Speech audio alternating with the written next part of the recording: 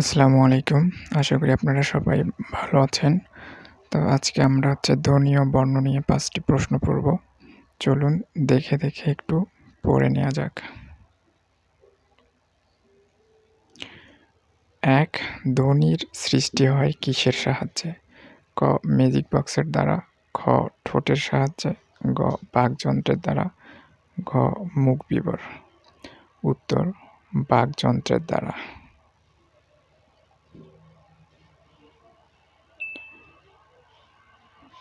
২. নিচের কোনটি সক্রিয় বাকপ্রত্যঙ্গ নয়?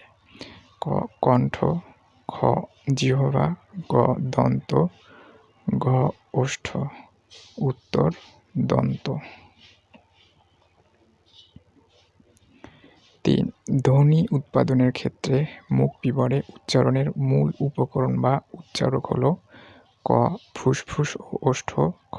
দাঁতের পাটি ও আলজিভ, গ. জিহ্বা ও ওষ্ঠ, ঘ. নরম তালু ও জিহ্বা। উত্তর: জিহ্বা ও ওষ্ঠ। ৪. ধ্বনি নির্দেশক চিহ্নকে কী বলে? ক. অব্যয়, খ. বর্ণ, গ. বর্ণমালা, ঘ. চিহ্ন। উত্তর: বর্ণ। ৫. বাংলা ভাষায় ধ্বনি কত প্রকার? ক. ২ প্রকার, খ. ৩ প্রকার, গ.